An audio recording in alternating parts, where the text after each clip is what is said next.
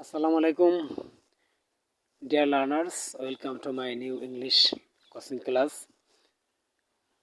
আজকে আমরা গুরুত্বপূর্ণ একটা জিনিস শিখব, যেটা শিখলে আমরা খুব সহজেই ইংলিশে অনেক বাক্য তৈরি করতে পারবো, যে বাক্যগুলো আমরা আমাদের স্পিকিংয়ে, আমাদের রাইটিংয়ের ক্ষেত্রে আমরা এরকম ব্যবহার করতে পারবো। তার আগে my name is Masum Billah, assistant teacher English. তো আজকের বিষয়টা হচ্ছে ইন্ট্রোডাক্টরি দেয়ার, অর্থাৎ যে সমস্ত সেন্টেন্সের আগে দেয়ার থাকে এবং আমরা কখন সেই দেয়ারটা ব্যবহার করব এবং কিভাবে ব্যবহার করব সে সম্পর্কে আজকে আমরা জানবো। তো ডিয়ার লার্নার্স, তোমরা শেষ পর্যন্ত ভিডিওটা দেখবে। কোথাও কোনো কিছু থাকা বোঝালে, কোথাও বলতে আমার পকেটে বা টেবিলের উপরে, ঘরের মধ্যে, আমার বাড়িতে, আমার গ্রামে, আমার জেলায়, আমার দেশে, আমার পৃথিবীতে, আকাশে, যে কোনো জায়গায় কোনো কিছু যদি থাকা বোঝায়, তো সেক্ষেত্রে আমরা কিভাবে সেটা এরকম প্রকাশ করব, সেটা আমরা আজকে এরকম শিখবো। তো খুবই সিম্পল একটা ব্যাপার। তো প্রথমে আমরা দেয়ার ইজ অথবা দেয়ার আর ব্যবহার করব। যদি সিঙ্গেল একটা জিনিস বোঝায় সেক্ষেত্রে দেয়ার ইজ, আর যদি একের অধিক জিনিস বোঝায় সেক্ষেত্রে আমরা দেয়ার আর ব্যবহার করব।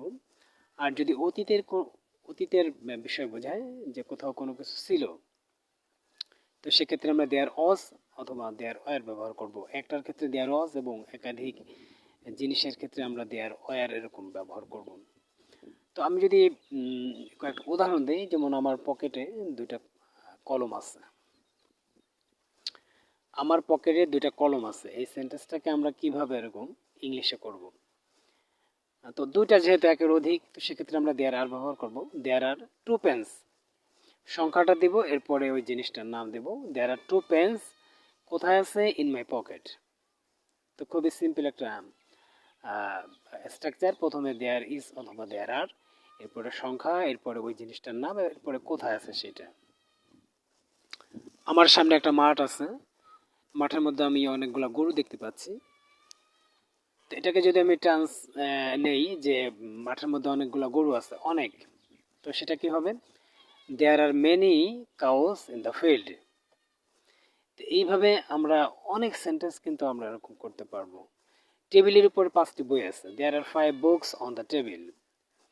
আমাদের গ্রামে 2000 লোক আছে, there are 2000 people in our village.